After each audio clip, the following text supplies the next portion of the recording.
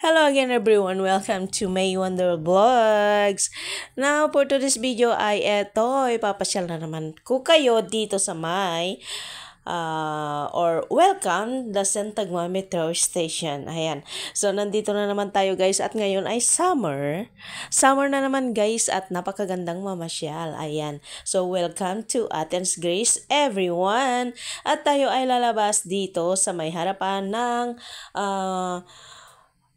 metro station na to. Pero bago tayo lalabas guys, ay papakita ko muna ang surroundings dito bago tayo lalabas. At yan sa mga wall ay mga maliliit na paintings na pinagdugtong at inilagay sa walls, i-decorate. Kaya napakagandang pagmasdan.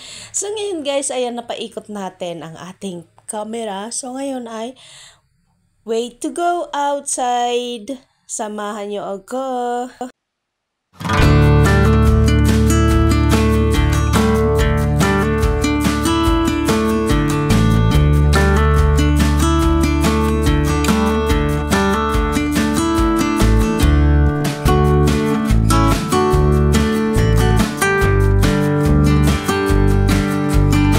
So ayan guys, nakalabas na tayo sa metro station. So good morning, I'd happy to share a bit about Syntagma Garden, also known as the National Garden of Athens, located near Syntagma Square in the heart of Athens, Greece. So ngayon ay may ibabahagi lang ako guys na konting story nitong park na to or itong garden ng Syntagma Garden. At ang garden na to ay the National Garden, once known as the Royal Garden, kasi nandito tayo sa harapan ng the Athens Parliament guys. So the garden was created in the mid-19th century at the request of Queen Amalia, the wife of King Otto, Greece's first modern monarchs. So, sa ngayon, ang Harden ay nanatiling isang minamahal na bahagi ng Athens na sumasagisag sa isang timpla ng maharlikang kasaysayan at modernong sibiko, buhay isang lugar kung saan ang nakaraan ay humihingan ng malumanay na gitna ng mga puno. At alam nyo guys, napaka-memorable din ang garden na to para sa akin dahil noong 1996, kami mag-BF ng aking asawa ay dito kami unang nag-date or namasyal, o diba?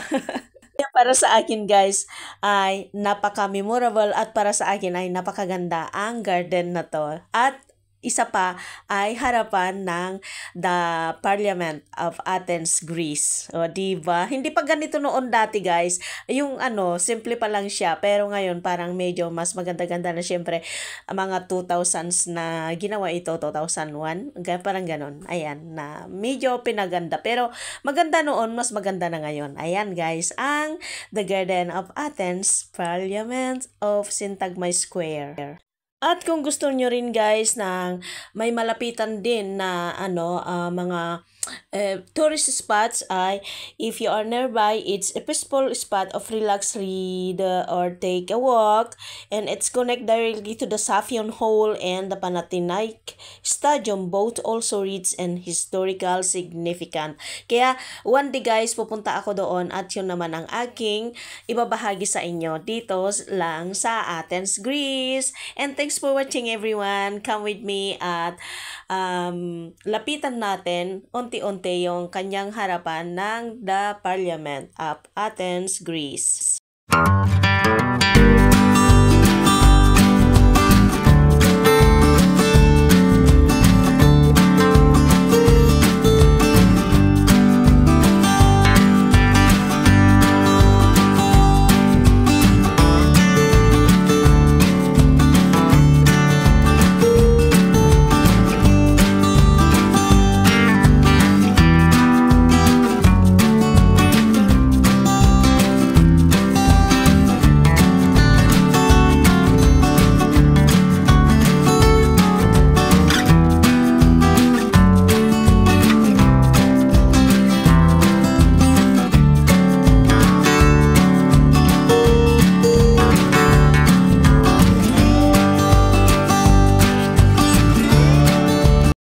So ayan guys, ang ganda din ng ginawa nila dito sa wall na to na may running water siya. At pag ganitong summer guys ay parang nakaka-refresh din, diba? Ayan. So ang ganda na. Ayan guys. And samahan nyo pa rin ako at ayan. Pagkatapos dito guys ay pupunta na tayo doon malapitan sa harapan ng parliament.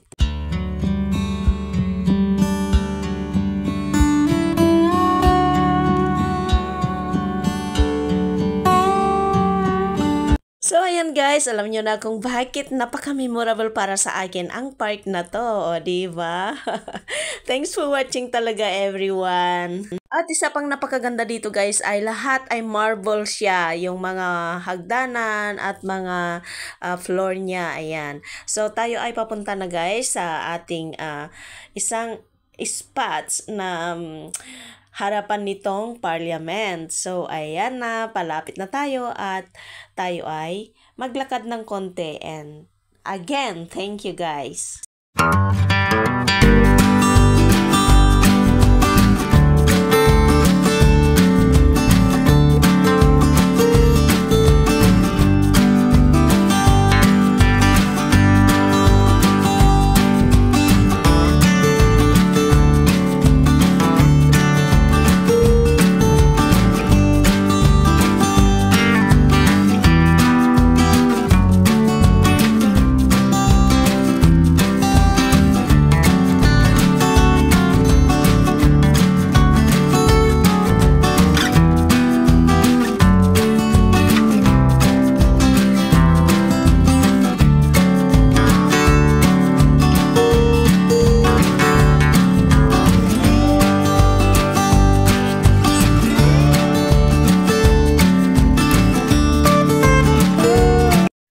At ito naman guys, ipofocus ko sa inyo ang matarik na bundok na yan na ang pangalan ay Likabitos at maganda ang pumunta doon dahil pinupuntahan din ng mga tourist yan o hindi man.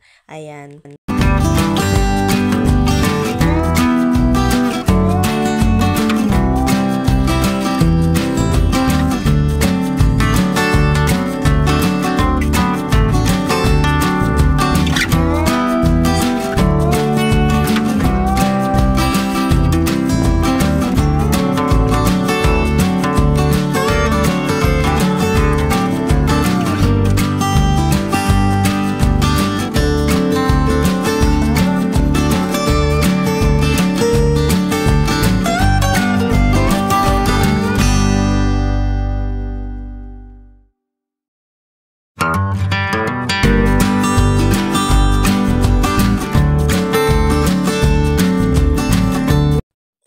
At mga bus na yan guys ay mga bus ng mga turista. Ayan.